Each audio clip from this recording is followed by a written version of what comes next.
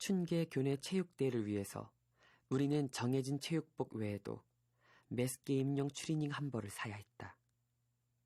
협동심과 조화 속의 미를 창조하는데 그것은 없어서는 안 되는 일이었다. 툴툴거리는 아이도 몇 없지는 않았지만 결국 그들도 그것을 모두 준비했다. 그러나 우리 반에 단 둘뿐인 재수파들은 끝내 그것을 사입지 않았다. 담임이 말했다. 두 사람 때문에 반의 일사불란한 결속이 깨질 수 없다. 두 사람 모두 집이 어려운 걸로 알고 있다. 그래서 담임이 두 사람 것을 준비했다. 받아주면 고맙겠다. 한 아이가 기표의 눈치를 살피며 머뭇거렸다. 그러나 기표는 무표정한 얼굴로 창 쪽을 바라보고 있었다. 담임 선생이 그 추리닝을 기표와 또 한 아이의 책상 위에 놓은 다음 교실을 나갔다. 담임 선생이 교실을 나가기가 무섭게 기표가 주머니에서 칼을 꺼내 그 추리닝을 찢기 시작했다. 너덜너덜 조각난 추리닝을 쓰레기통 쪽으로 던졌다. 다른 한 아이가 기표처럼 그렇게 추리닝을 찢었다. 기표가 반에 총무를 맡고 있는 정수라는 애한테 다가갔다. 야, 네 추리닝 나 줄 수 없냐? 정수가 고개를 끄덕거렸다. 정수 뒤에 애한테도 같은 말을 했다. 쟤도 나처럼 돈이 없어 못 사 입었다. 네 것 좀 얻자. 줄래? 정수 뒤에 앉은 애도 고개를 끄덕거렸다. 이렇게 해서 우리 반 66명은 매스게임용 추리닝을 다 사입었다. 우리가 볼 때 기표는 구제불능이었다. 그의 환경이 그를 그렇게 만들었다고 보기보다 선천적인 어떤 포악성을 가지고 있는 것처럼 보였다. 냉혈 동물처럼 피가 찬지도 모르는 일이었다. 그는 뱀처럼 작고 징그러운 눈을 가지고 있었다. 그는 교활한 자들이 가끔 보이는 그런 거짓 착함마저도 나타내 보일 줄 몰랐다. 철저하게 악할 뿐이었다. 평생을 두고 사랑이라는 낱말로 미화될 수 있는 행동거지를 해보일 인간과는 거리가 멀어 보였다. 물론 그는 자신의 그런 포악성 때문에 누구에게도 사랑받지 못할 것이다. 그의 표정은 항상 도끼를 우물하게 깔고 있어 맞서는 사람으로 하여금 섬뜩함을 느끼게 했다. 그런데 이해하기 어려운 것은 중학교 때부터 기표를 알고 지내온 대부분 3학년이거나 졸업한 아이들은 기표가 그처럼 철저하게 나쁜 애임에도 불구하고 그에 대해서 좋지 않게 말하는 것을 들어본 적이 없다는 것이다. 물론 좋은 애라고 말하는 일도 없었지만 아무도 기표를 욕하지 않았다. 피해를 직접 받은 애들마저도 기표에 대해 나쁘게 말하지 않았다. 말하길 꺼려하는 거야. 악에 대한 공포 때문이지. 나는 이렇게 생각해 보았다. 그러나 나는 내 생각이 옳지 않음을 나 자신의 경험 속에서 너무나 잘 알고 있었다. 기표에 대한 공포는 그에게 린치를 당할 때뿐이었다. 내가 린치를 당한 사실을 아무에게도 털어놓지 않은 것은 안갚음에 대한 두려움 때문이 아니었다. 나는 또한 그처럼 무자비한 린치를 당했으면서도 그를 미워할 수가 없었다. 무언가 헤아릴 수 없는 힘이 그에게 있는 것 같았다.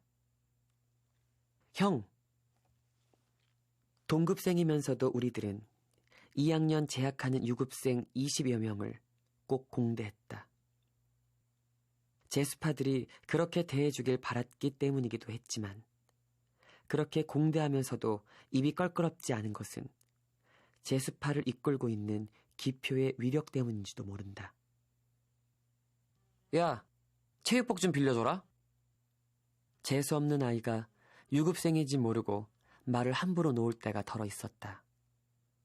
그럴 때 그 아이는 영락없이 얻어 터졌다. 일의 특징을 따지지 않는 게 기표가 행하는 악의 특징이었다. 명칭, 조직의 목적, 모임의 횟수를 모두 대라고! 교실에서의 집단 구타 사건으로 그들이 걸려들었을 때 학생 주임은 전말살을 내밀며 소리쳤다. 기표들은 1학년 때부터 음성 서클로 지목되어 수차례 조사를 받아왔기 때문이다. 그러나 학생 주임은 번번이 아무것도 알아내지 못했다. 하나도 그것에 대해 알고 있는 게 없었기 때문이다. 제스파는 우리들이 편의상 붙인 이름이었을 뿐이다. 조직이 아니기 때문에 어떤 목적이나 정기적인 모임 같은 게 없었다. 동물 영화를 보면 밀림을 달리는 맹수떼들은 한 리더를 중심해서 같은 방향으로 달려간다. 그들도 그랬다. 그냥 기표를 중심해서 그들은 모였고 계획된 것이 아니라 지극히 우발적인 악이 그들에 의해서 저질러졌을 뿐이다. 기표는 교실에서 담배를 피웠다. 그의 담배 은닉처는 고호의 자화상이 있는 액자 뒤쪽이었다.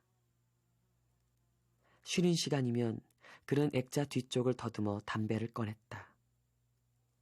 미션 계통의 학교라 일주일에 몇 번씩 있는 채플 시간을 통해 교목이 인간 양심의 타락을 개탄했다. 바로 그러한 시간에 기표는 주번을 대신해서 교실에 남아 담배를 피거나 아이들 도시락을 먹어버리는 일을 했다. 그는 적어도 하루 2개의 도시락을 축냈다. 아무도 그것을 항의하지 않았지만 기표 또한 미안해하는 표정이나 사과의 말을 남기는 법이 없었다. 기표들에게 린치를 당하고 학교 골목을 쩔뚝거리며 나오던 그 고통스럽고 긴 시간. 내가 생각한 것은 기표야말로 우리들이 흔히 말하는 악마의 자식이 아닐까 하는 생각이었다. 내가 이런 생각을 얘기가 통할 만한 집안의 어떤 형에게 말했더니 그가 대답했다. 맞아. 신이 매우 거북하게 생각하는 악마란 바로 네가 말한 놈처럼 착함을 가질 수 있는 가능성이 전혀 없는 그런 순수한 악마지. 그러한 순수한 악마만이 신을 돋보이게 하기 때문에 신은 마음속으로 괴로운 거야. 그렇기 때문에 신은 결코 악마를 영원히 추방하지 않아. 항상 곁에 두고 자신을 돋보이게 하는 일에 그것을 이용할 뿐이야.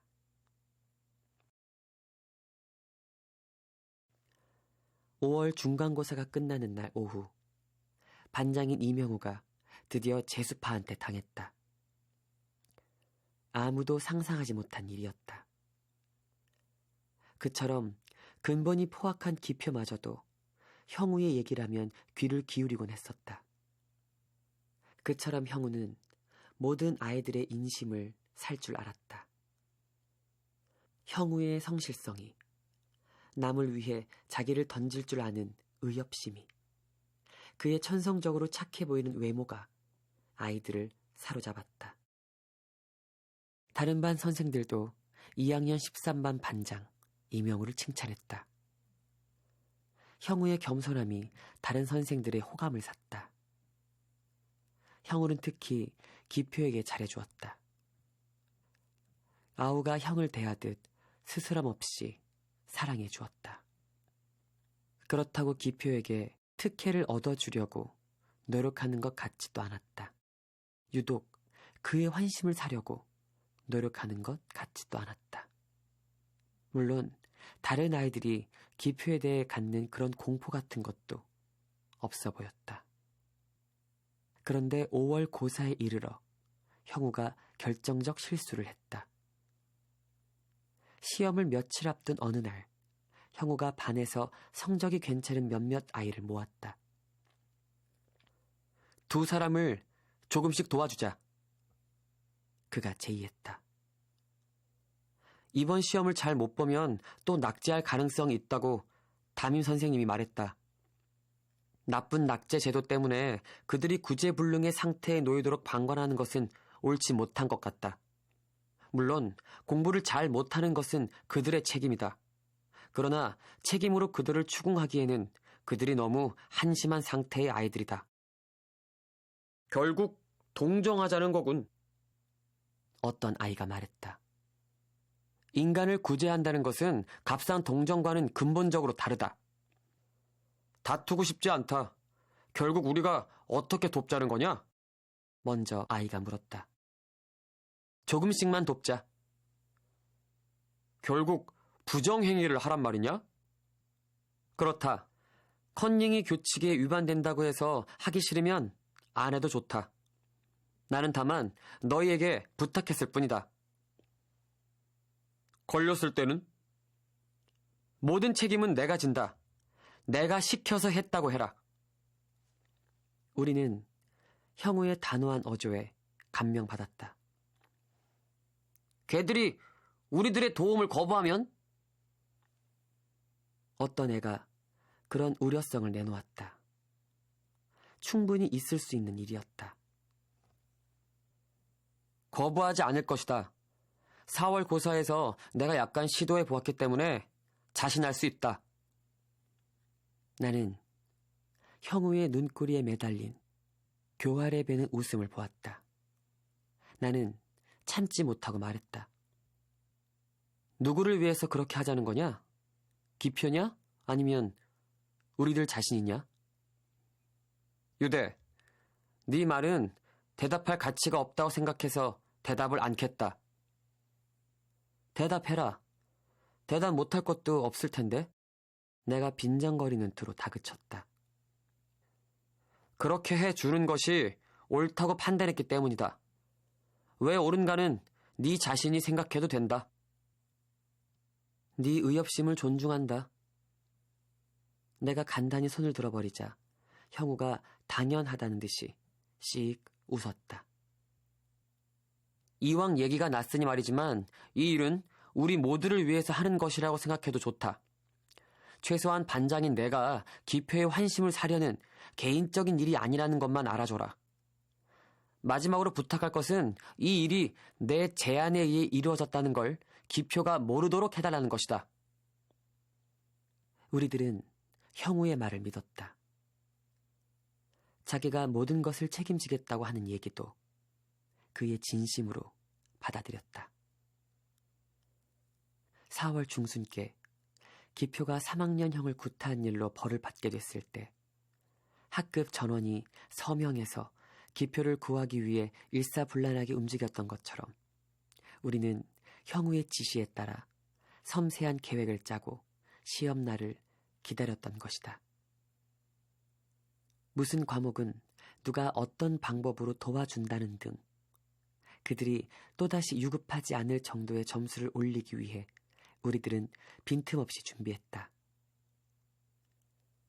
남을 위해서 일한다는 것이 마음에 이다지 큰 기꺼움을 준다는 것도 비로소 알게 되었다.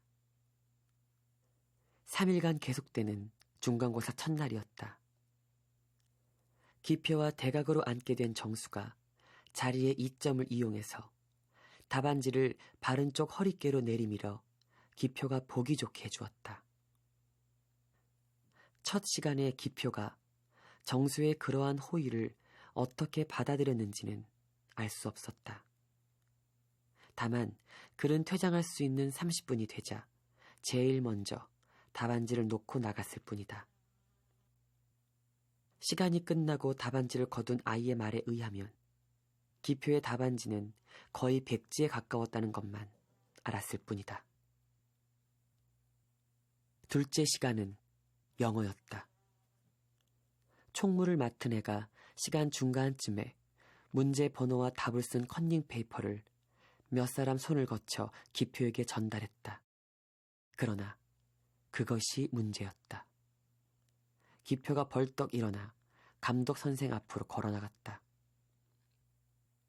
어떤 새끼가 이걸 나한테 전해왔습니다. 그는 감독으로 들어온 선생한테 쪽지 한 장을 내밀었다. 그리고 제자리에 돌아와 앉으며 사방을 휘 적의 깊게 노려봤다. 악한 자의 간특한 미소가 입가에 고물고물 기어다녔다. 감독으로 들어온 선생은 마음 너그럽기로 이름난 영어교사였다. 그는 기표가 내놓은 종이 쪽지를 한참 들여다본 후에 말했다. 누가 이런 메모지를 지금 저 학생한테 전달했나? 문제 풀기에 여념이 없던 아이들이 한 번씩 고개를 들었다가 다시 문제로 돌아갔다. 누군가? 그래도 대답이 없었다. 어떤 개새끼야? 이번에는 기표가 자리에 앉은 채 으르렁거렸다. 선생님, 제가 그랬습니다. 반장인 이명호가 벌떡 일어섰다. 감독 선생님이 어이없다는 듯 허허 웃었다. 아닙니다. 그건 제가 썼습니다. 불쑥 딴 자리에서 또 한 애가 일어섰다. 총무를 맡아보는 애였다. 아닙니다. 제가 그랬습니다. 다른 아이 하나가 또 일어섰다. 함께 모의를 했던 아이 중에 하나였다. 접니다. 또 다른 놈이 일어섰다. 접니다. 접니다. 사방에서 우르르르 아이들이 일어섰다. 허허허허허허. 감독 선생은 이 어처구니 없는 사태에 어리둥절한 모양이었다. 기표의 얼굴이 노랗게 질렸다. 자, 모두 앉아요. 감독 선생이 뭔가 사태를 파악한 듯 20-30명의 아이들을 자리에 앉도록 지시했다. 아이들이 다 자리에 앉은 다음 그 나이 많은 감독 선생이 말했다. 오늘 이 일은 전혀 없던 것으로 해두기로 한다. 아주 훌륭한 사람들이 모인 반이라는 생각이 든다.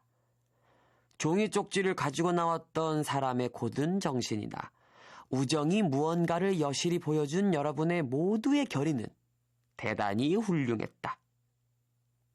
일은 이런 방향으로 매듭지어졌다. 그 시간이 끝나자 아이들은 숨을 죽이고 기표를 살폈지만 그는 자리에 보이지 않았다. 끝 시간인 셋째 시간도 별일 없이 끝났다. 종례가 끝나고 청소 시간까지 아무런 일이 없었다. 유대야, 담임이 아까 오라고 한 사람 빨리 교무실로 오래. 한 애가 내게 말을 전했다. 종례가 끝나고 교무실로 돌아가던 담임이 복도에서 나를 불러내어 청소가 다 끝난 뒤 나와 반장 그리고 정수를 교무실로 오라고 했던 것이다. 함께 교무실로 가려고 찾으니 반장도 정수도 보이지 않았다.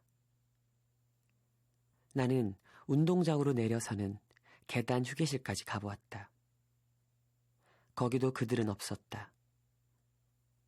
교무실에 먼저 가 있겠거니 하고 계단을 올라서는데 정수가 학교 후문 있는 데서 뛰어오면서 손짓하고 있는 게 보였다.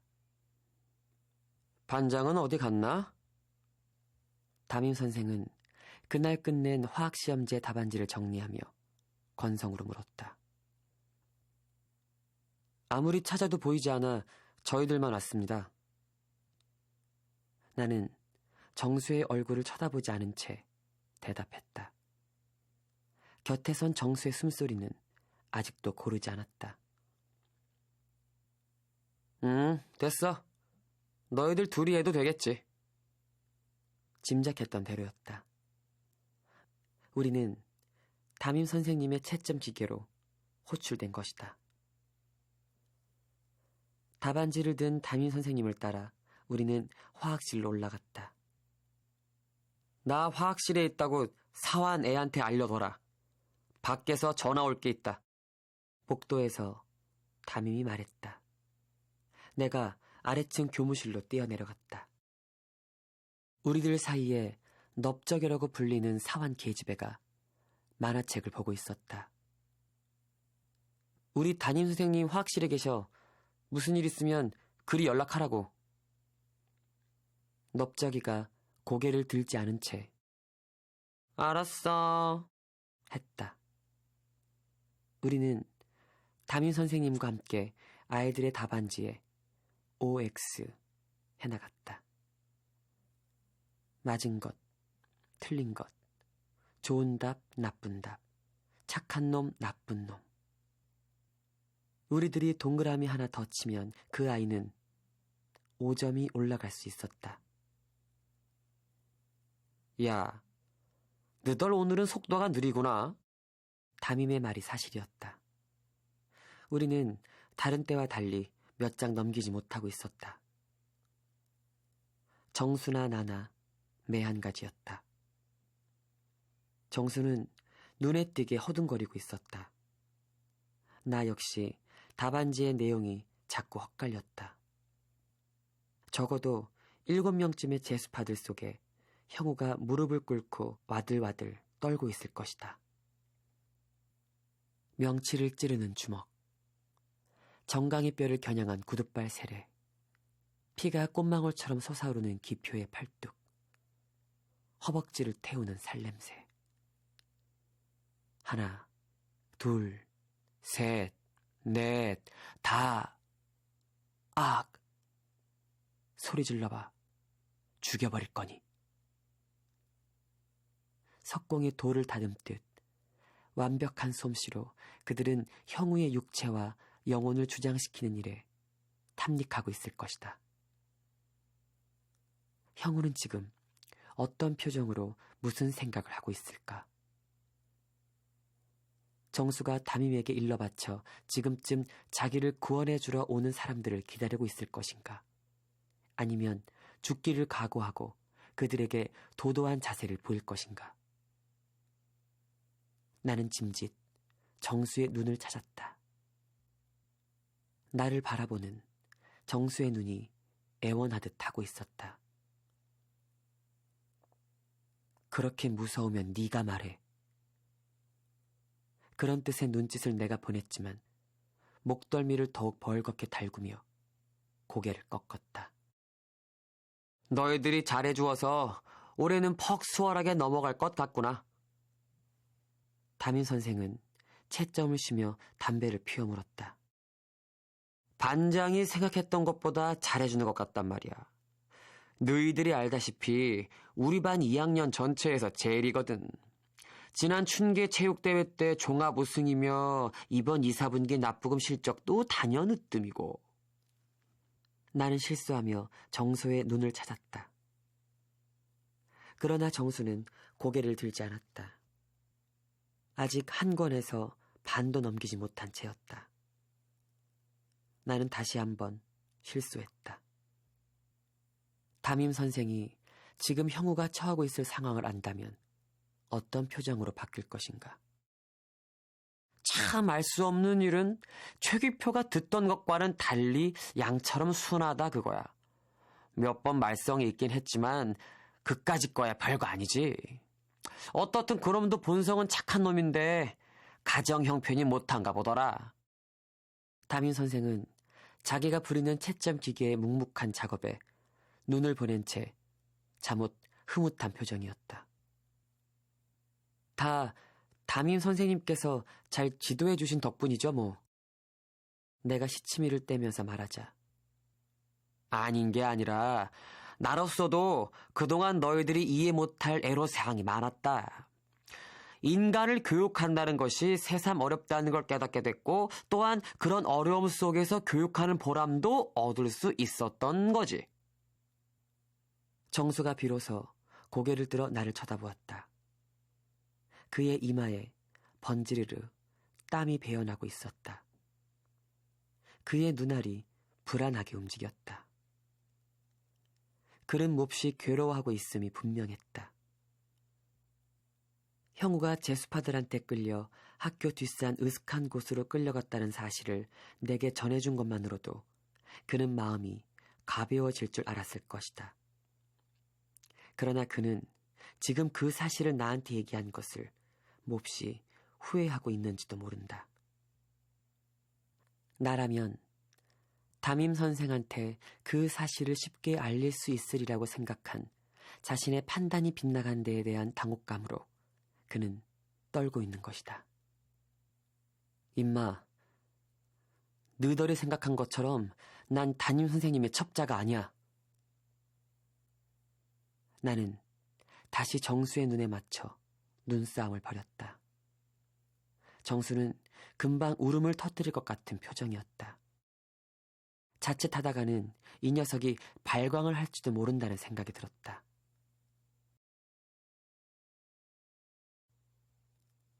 (1학년) 때 나는 혜중이란 아이가 기표 때문에 학교를 그만둔 일을 알고 있었다. 그 애 역시 제수파였다.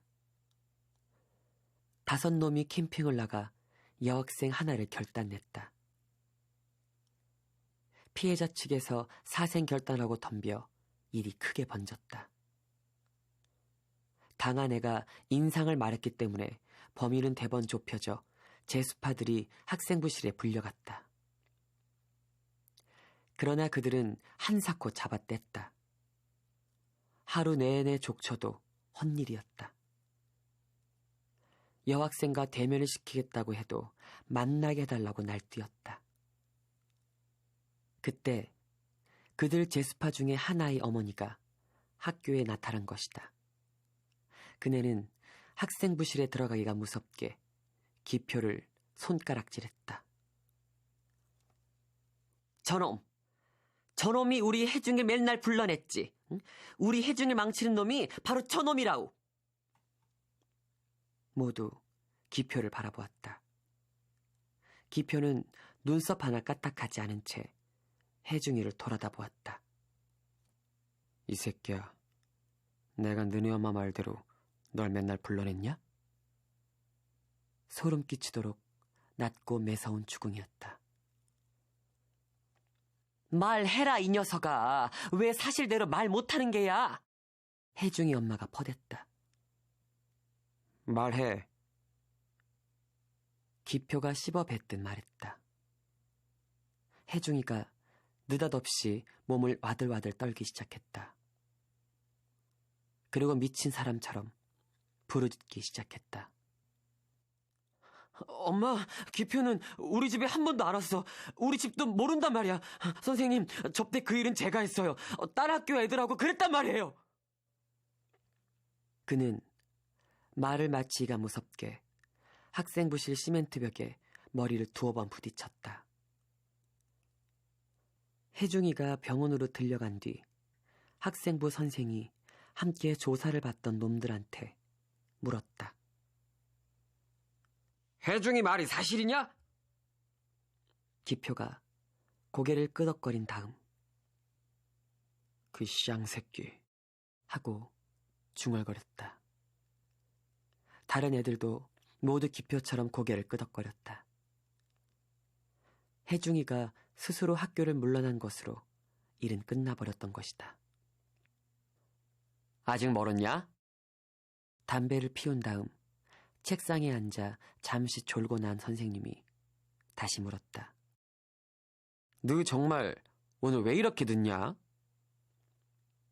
우리들은 대답할 수가 없었다. 어때? 90점 이상 많이 나오냐? 하나도 없는데요. 참, 너들 공부 안 해 큰일 났다. 그때 화학실 문이 열렸다. 넓적이 아가씨가 거기 서 있었다. 왜? 나한테 전화 왔냐? 여자지? 그러나 넓적이 아가씨가 헐떡이는 목소리로 말했다. 전화가 아니에요. 선생님, 빨리 내려가 보세요. 야단났어요. 담임 선생님이 허둥지둥 달려나갔다. 정수의 얼굴이 하얗게 질리고 있었다. 유대야, 말하는 건데 그랬다. 난 네가 말할 줄 알았지. 아까 네가 말랬잖아. 난 네가... 정수는 금방 울음을 터뜨리기라도 할 듯 얼굴을 우그러뜨렸다. 기표가 안 좋아할걸? 고자질하는 거 말이야. 그렇지만 형우가... 아마 형우도 원하지 않았을 거다. 왜? 왜 그렇게 생각하니?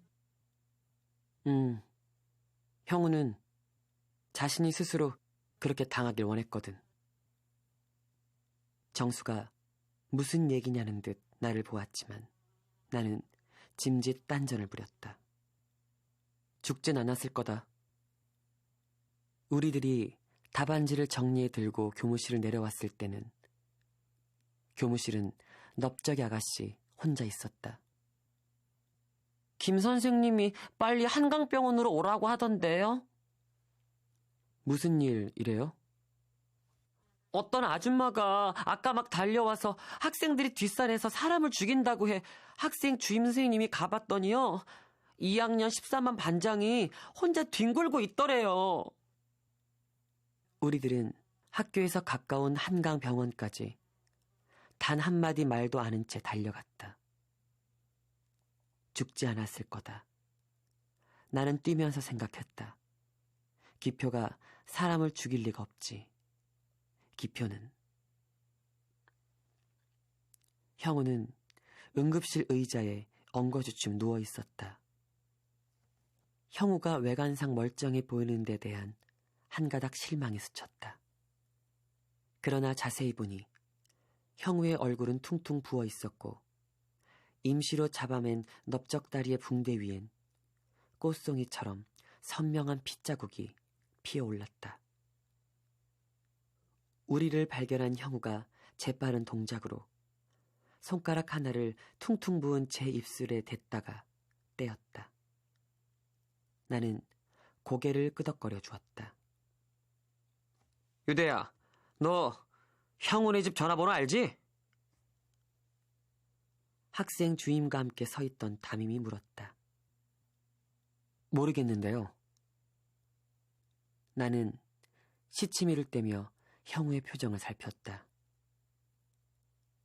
형우는 얼굴을 찡그리며 말했다. 선생님, 제발 저를 그냥 돌아가게 해주세요. 전 아무렇지도 않단 말씀이에요. 임마, 여길 나가기 전에 사실대로 되란 말이다. 학생 주임이 다그쳤다. 말씀드릴 수 없습니다. 제가 잘못한 일로 싸웠는데 왜 친구들을 괴롭혀야 합니까? 임마, 넌 싸우지 않았어. 본 사람이 그랬어. 네가 몰매를 맞더라고. 아닙니다, 선생님. 제가 먼저 그 아이한테 시비를 걸었던 것입니다. 그리고 싸웠던 겁니다. 그게 누구냔 말이다. 말할 수 없습니다. 너 정말... 학생 주임이 혀를 내둘렀다. 너 정말 학교를 허수아비로 하는 거냐? 학교 다니기 싫어? 저는 처벌을 달게 받겠습니다. 그러나 그 아이들을 말할 수는 없습니다. 담임 선생은 얼굴에 그늘을 깐 채 팔짱을 끼고 한편에 묵묵히 서 있었다. 우리 반의 일사불란 항해를 거스른 자가 누굴 것인가? 그것을 생각하고 있는지도 몰랐다. 이제야말로 우리들 손에서 고삐를 낚아채어 거머쥐고 목을 옥죄고 싶은 심정일 것이다. 유대, 넌 알 거다. 형우를 때린 놈들이 기편의 패라는 걸 말이다. 형우가 그렇게 말했나요? 그런 건 아니지만 그건 틀림이 없다. 기표놈이 아니곤 그런 짓을 할 놈이 없다. 담임은 헐떡거렸다. 양같이 순하게 길들여졌다고 확신했던 자신의 어리석음을 질타하고 있을 것이다. 선생님, 형우가 뭘 잘못했다는 걸까요? 내가 짐짓 떠보았다. 형우가 거짓말을 하고 있는 거다. 잘못하기는커녕 형우가 그놈들을 위해서 얼마나 많은 일들을 했는지 넌 모를 게다. 담임 선생은 몹시 흥분하고 있었다. 기표에 대한 혐오감으로 해서 얼굴이 벌겋게 달아올랐다. 기표를 미워하다니. 나 역시 담임 선생에 대한 적대감으로 몸을 떨었다. 뭡니까, 선생님? 형우가 기표를 위해서 무얼 했단 말입니까? 내 반감 짙은 어투에 놀랐는지 담임 선생은 좀 멈칫했다. 그러나 곧 비웃음 섞어 말했다. 임마, 나는 다 알고 있어. 기표가 저질러온 짓말이다. 유대, 너도 기표한테 당했잖아. 그리고 너희들이 그놈들 부정행위를 거들어준 것도 알고 있다. 그랬겠지. 나는 속으로 신음처럼 중얼거렸다. 무서웠다.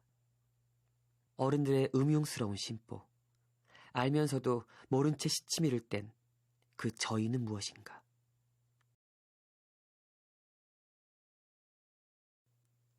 형우는 우리들 사이에서 일약 영웅이 돼버렸다. 예상 안 한 건 아니지만 그 여세는 보통이 아니었다. 3학년에서도 1학년 하급생들도 2학년 13반 이명우가 입에 올랐다. 전치 2주의 상해를 입고도 끝내 그 상대를 입에 올리지 않음으로 해서 형우의 존재는 풍선처럼 부풀었다. 기표가 그 사건 다음 날부터 내리 사흘이나 학교에 나오지 않았어도 제수파들은 학생부에 불려가지 않았다. 아무도 그것을 문제 삼지 않았다. 담임이 학교에 나오지 않는 기표를 찾기 위해 뚝방 동네를 연 이틀이나 헤맨 사실도 학교에 널리 알려졌다. 기표가 학교에 나온 날 담임은 조회 시간에 간단히 말했다. 최 기표고는 그동안 피치 못할 가정사정으로 결석했다. 앞으로 다시는 결석이 없을 것으로 안다. 항상 빳빳하게 쳐들고 앉았던 기표의 고개가 잠시 숙여지는가 싶게 느껴졌다. 그것은 이상한 조짐이었다. 형우가 병원에서 퇴원을 해 2주일 만에 학교에 나왔다.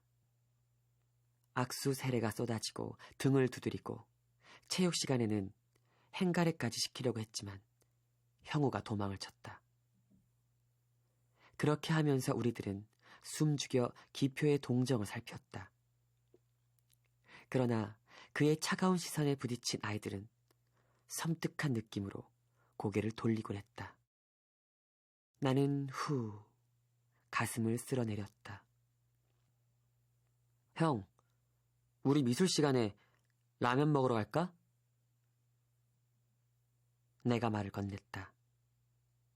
우리들은 가끔 후동교사 뒷담을 넘어 구멍가게에서 라면을 사 먹은 다음 감쪽같이 들어오곤 했다. 제수파들이 그 전문이었던 것이다. 필요 없어. 기표가 쳐다보지도 않은 채 퉁명스럽게 뱉었다. 그는 국어책을 읽고 있었다. 안톤 슈나크의 우리를 슬프게 하는 것들. 울음 우는 아이는 우리를 슬프게 한다.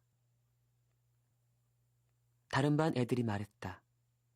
선생들이 교실에 들어올 때마다 임형우의 일화가 예로 들어지면서 학우를 아끼고 의리로서 지켜준 참다운 우정과 반의 결석을 위해 담임 선생과 함께 남모르게 애써온 그 숨은 이야기가 술술 펼쳐지더란 것이다. 교정에 모여선 아이들도 입에 형우의 얘기로 만발했다. 우리들이 컨닝을 도와준 것이 기표의 비위를 상하게 한 모양이지? 병원에 있을 때는 남의 눈을 생각해 못 물어본 걸 학교길 둘만의 자리가 됐을 때 내가 넌지시 물어보았다. 글쎄, 그런 것 같았다. 형우가 짐짓 좌우를 둘러보면서 대답했다. 그때 그 일 담임 선생님이 시켜서 한 거지? 내가 넘겨짚자 형우가 한순간 당황하는 것 같았다. 언제고 밝히고 싶었던 것이라 나는 다시 다그쳤다. 그렇지? 꼭 그런 건 아니지만 그 문제를 담임 선생님과 의논한 건 사실이다. 합법적으로 만들기 위해서냐? 아니다. 담임 선생님이 기표를 나한테 일임하겠다고 말했기 때문이다. 선생님은 기표를 구원해주고 싶었던 것이다. 그랬겠지. 형우야, 넌 지금 네가 기표를 구원했다고 보니? 아직 완전히는. 그러나 멀지 않았다. 나는 웃어주었다. 기표는 그렇게 생각하지 않을걸? 형우 네가 구원해주고 있다고 말이야. 그것은 기표가 생각할 일이 아니다. 무슨 뜻이냐? 우리가 무서워했던 건 기표가 아니라 기표를 둘러싸고 있는 제수파들이었다. 그런데 이제 그 조직은 없어졌다. 무슨 근거로 그렇게 말하는 거냐? 내가 병원에 있을 때 그 애들이 모두 나한테 사과하러 왔었다. 하나하나 서로가 모르게 다녀갔다. 기표도 왔었니? 내가 헐떡이면서 물었다. 오지 않았다. 그러나 난 그런 놈한테 사과도 받고 싶지 않다. 그럴 테지. 나는 후 가슴을 쓸어내렸다. 그래. 다른 애들이 너한테 사과를 했다고 해서 제수파가 없어졌다고 생각하는 건 잘못일 거야. 물론 겉으로야 그대로 남아있겠지. 그러나 그들은 이미 이빨 뺀 뱀이나 다름없어. 걔들이 모두 나한테 말했다. 기표는 악마라고. 자기들 피를 빨아먹고 사는 흡혈귀라고. 형우와 갈라서 하는 길목에 와 있었다. 나는 형우네 집 쪽으로 따라가며 물었다. 너 지금 무슨 얘기를 하는 거냐? 형우가 나를 향해 싱긋 웃었다. 기표는 다 아는 것처럼 가난한 집 애다. 거기다가 그 부모가 다 병들어 누워있다. 시집간 기표 누나가 대주는 돈으로 겨우겨우 먹고 산댄다. 기표 동생이 셋이나 있다. 기표 바로 밑에 동생이 버스 안내원을 해서 생활비를 보탰는데 요즘 무슨 일로 해서 그것도 그만두었다. 아무튼 생활이 말도 아니란 거야. 제수파들이 매달 얼마씩 모아 생활비를 보태줬다는 거야. 집에서 돈을 뜯어낼 수 없는 애들은 혈액은행에 가 피를 뽑아 그 돈을 내놓았다는 거다. 그렇게 해달라고 기표가 강요한 건 아닐 텐데. 마찬가지다. 제수파들은 기표가 무서웠던 거야. 지금도 무서워하고 있는걸? 그렇지 않아. 병원에서 지내는 동안 혈색이 더 좋아진 형우가 자신 있게 말했다. 이제 아무도 기표를 무서워하지 않게 될 거다. 형우가 손을 흔들고 자기 집 골목으로 사라져버렸다. 그는 유능한 반장이 틀림없다고 나는 생각했다. 씁쓸한 느낌이 가슴을 스쳤다. 담임의 예언대로 기표는 결석하지 않았다. 형우와 기표 사이에도 이렇다 할 마찰이 없이 여름방학이 지났다. 교실에서 도시락이 없어지는 일도 드물었다. 물론 제수파들이 기표를 찾아 교실에 들락거리는 횟수는 잦았지만 아이들은 그닥 신경을 곤두세우지 않아도 되었다. 기표는 여전히 침묵하고 있었다. 담임 선생이 가끔 기표에게 학급 사무를 맡기는 게 눈에 띄었다. 기표가 별 표정 없이 그런 일을 맡아 했다. 그날도 기표는 담임 선생의 지시에 의해 체육부실에 내려가 우리 반 아이들의 체력검사 통계를 내고 있었다. 그럴 시각 담임 선생이 말했다. 66명이 탄 우리 배는 순풍을 맞아 참으로 순탄한 항해를 하고 있다. 다 여러분의 노력에 의한 것이라고 생각한다. 그런데 한 가지 알려줄 게 있다. 여러분의 한 친구가 매우 어려운 처지에 놓여 있다. 그 자세한 얘기는 반장이 해줄 것이다. 다만 담임으로서 당부하고 싶은 것은 그것이 남의 일이 아닌 내 일이라고 생각해서 그 사람을 돕는 일에 앞장서 주기 바란다. 담임 선생님이 교단에서 내려서고 그 대신 반장 이명우가 사뭇 엄숙한 표정으로 단 위에 섰다. 담임 선생님의 말씀처럼 지금 우리 친구 하나가 매우 어려운 처지에 놓여 있다. 좀 늦은 감이 있지만 지금이라도 힘을 합쳐 그 친구를 구원해 주어야 한다고 생각한다. 이렇게 서두를 잡은 형우는 언젠가 하굣길에서 내게 들려준 기편의 가정 형편을 반 아이들한테 이야기하기 시작했다. 그런데 놀라운 일은 형우의 혀였다. 나한테 얘기를 들려줄 때의 그런 적대감을 씻은 듯 감추고 오직 우위와 신뢰 가득한 말로써 우리의 친구 기표를 미워하는 일에 열을 올렸다는 것이다. 기표 아버지가 중풍에 걸려 식물인간처럼 누워있는 정경이며 기표 어머니의 심장병, 그러한 부모들을 위해서 버스 안내원을 하던 기표 여동생의 눈물겨운 얘기, 라면으로 끼니를 때우는 기표네 식구들의 배고픔이 눈에 보이듯 열거되었다. 그런 가난 속에서도 가난을 결코 겉에 나타내지 않고 묵묵히 학교에 나온 기표의 의지가 또한 높게 치하되었다. 더구나 그런 가난 속에서 유급을 했기 때문에 1년간의 학비를 더 마련해야 했던 그 고통스러운 얘기도 우리들 가슴에 뭉클 뭔가 던져주었다. 나는 얼마 전 기표가 버스 안내원을 하던 여동생을 몹시 때린 일을 알고 있습니다. 그 여동생은 몸이 약해 버스 안내원을 그만두었던 것인데 생활이 더 어렵게 되자 돈을 벌기 위해 술집에 나가기로 했었다는 것입니다.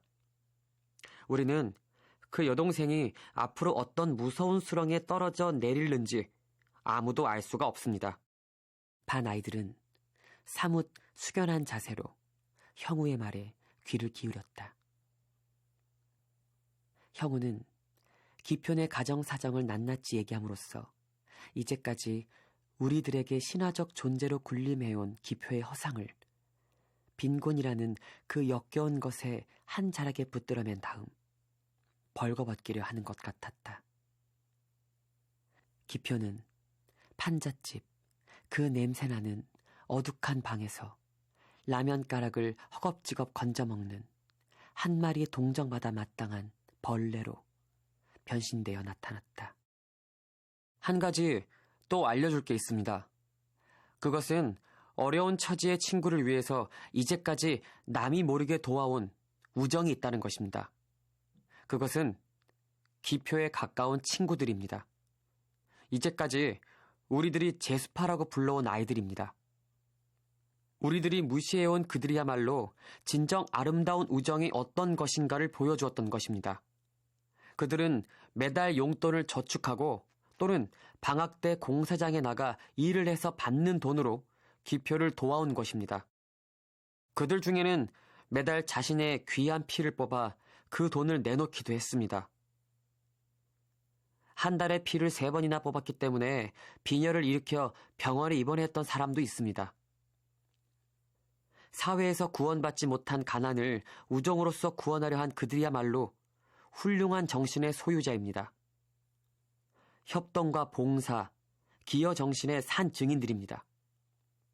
우리들은 가끔 학교에 싸가지고 온 도시락이 텅텅 비어있는 것을 발견하고 기분 나쁘게 생각한 적이 있습니다. 그것은 진정으로 배고파보지 못한 우리들의 우매함이었습니다. 남의 찬 도시락을 훔쳐 먹어야 했던 우리의 가난한 이웃을 우리는 너무나 모르고 지냈습니다. 나는 반장으로서 그 사실을 몹시 부끄럽게 생각합니다. 그것을 사과하는 뜻에서 나는 오늘이라도 우리의 친구 기표를 돕는 일에 앞장서기로 결심한 것입니다. 아이들이 술렁거리기 시작했다. 깊은 감동의 강물이 모두의 가슴 한가운데 출렁이며 흘러가고 있었던 것이다. 담임 선생이 교단으로 다가갔다. 그는 주머니에서 10,000원짜리 한 장을 꺼내어 교탁 위에 놓았다. 반장도 안주머니에 손을 넣었다. 아이들이 조용한 술렁거림 속에서 모두 돈을 찾아 들었다. 오늘 돈이 없는 사람은 내일 가져오는 게 어떻습니까? 한 아이가 일어나서 큰 소리로 제라자 모두 그럽시다 소리쳤다. 박수가 쏟아져 나왔다. 모 일간지 편집부 국장을 지내는 학부형이 우리 반에 있었다. 담임 선생님과 반장이 그 학부형을 만나러 갔다. 그 신문사 기자가 학교에도 여러 번 다녀갔다. 며칠 뒤에 신문 미담란에 우리 반 얘기가 크게 다뤄졌다. 박스 기사였다. 기표의 갸륵한 효성에서부터 제수파들의 우정어린 피뽑기와 그부들로부터 시작된 친구 돕기 운동이 전교적으로 파급되어 이룩한 성과가 자세하게 났다. 기표의 여동생 얘기도 끼어 있어 그 기사를 읽은 우리들의 콧등이 새삼 찡했다. 기사 맨 위에 담임 선생님과 반장, 그리고 기표의 사진이 박혀 있었다. 교장 선생님 지시에 의해 그 기사는 각 교실 후편 게시판에 붙이게 돼 있었다. 그 신문 기사가 나가고부터 월요 조회 때마다 교장 선생님은 사회 각계에서 보내오는 성금과 위문 편지를 최 기표에게 전달했다. 담임 선생님도 종례 때면 기표에게 편지 여러 장을 건네며 거기 여학생 편지도 많이 있으니까 혼자 몰래 보라고. 아이들이 와하하 웃었다. 기표가 얼굴을 벌겋게 달구며 편지 다발을 책상 속에 놓곤 했다. 그럴 때마다 아이들이 박수를 쳤다. 실로 화기애애한 반이 되었던 것이다. 기표 얘기가 영화로 된다며? 그렇대. 제수파들을 중심으로 한 얘긴데 TV에서 나오는 제3교실 같은 거겠지. 어디서 나온 얘긴지 기표의 얘기가 영화로 만들어진다는 소문이 파다했다. 이제 아이들은 아무도 기표를 무서워하지 않았다. 형이라고 호칭하는 아이도 드물었다. 아무나 곁에 가서 말을 걸 수가 있었고 때로는 어깨도 쳤다. 그것은 기표가 아주 부끄러움을 잘 타는 아이로 변해버렸기 때문이다. 누구를 만나도 수줍어하는 그 아이는 그렇게 당당하던 체구마저도 왜소하게 짜부라진 채 우리가 보통 사진을 찍을 적에 치즈 하고 웃듯 그런 미소를 얼굴에 담고 있었다.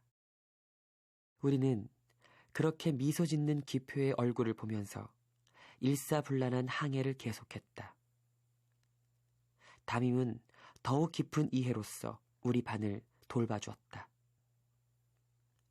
반장 형우는 그 나름의 성실과 지혜로 우리를 위해 헌신했다.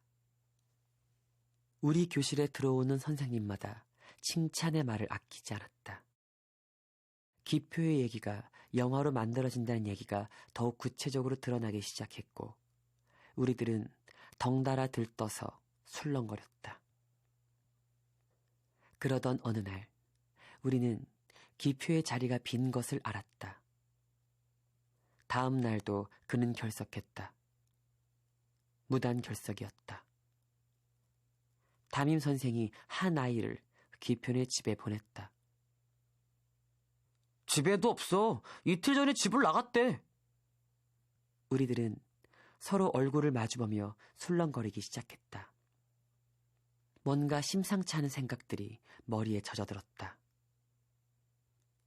기표가 내리 사흘이나 결석을 한 아침 나절이었다. 수업 중인데 담임이 형우와 나를 찾는 쪽지가 왔다. 우리가 교무실에 내려갔을 때 담임 선생은 병색이 완연해 배는 어떤 여자와 얘기를 나누고 있었다. 그네는 초가을인데도 낡고 두터운 오발을 걸치고 있었다. 아이고, 우리 기표 친구들이구만. 세상에 이렇게 고마운 친구들이 어디에 있겠노. 그런데 이놈의 자식이. 그네는 몸을 일으켜 우리에게 굽실거리며 떼낀 손수건으로 눈물을 찍어댔다. 그네는 우리의 손을 더듬어주고 싶어 했다. 자, 이제 그만 돌아가십시오. 애들하고 의논해서 찾아보겠습니다. 담임 선생은 기표 어머니를 내쫓듯 교무실에서 밀고 나갔다. 그네는 교무실을 나가며 자꾸 아쉬운 듯 우리들 얼굴을 돌아다 보았다. 그네를 배웅하고 돌아온 담임이 의자에 소리나게 주저앉으며 부들부들 떨리는 손으로 담배를 피워 물었다. 이 망할 새끼가 끝까지 말썽이란 말이야. 그는 담배 연기를 깊이 빨아들였다가 내뿜으며 투덜거렸다. 내일 천일 영화사 사람들하고 만나기로 약속한 날이잖냐. 그런데 이 망할 새끼가. 그는 서랍에서 편지 하나를 꺼내 우리들 앞에 내던졌다. 기표가 바로 밑에 여동생한테 보낸 편지였다. 편지 맨 앞줄에 이렇게 쓰여 있었다. 무섭다. 나는 무서워서 살 수가 없다.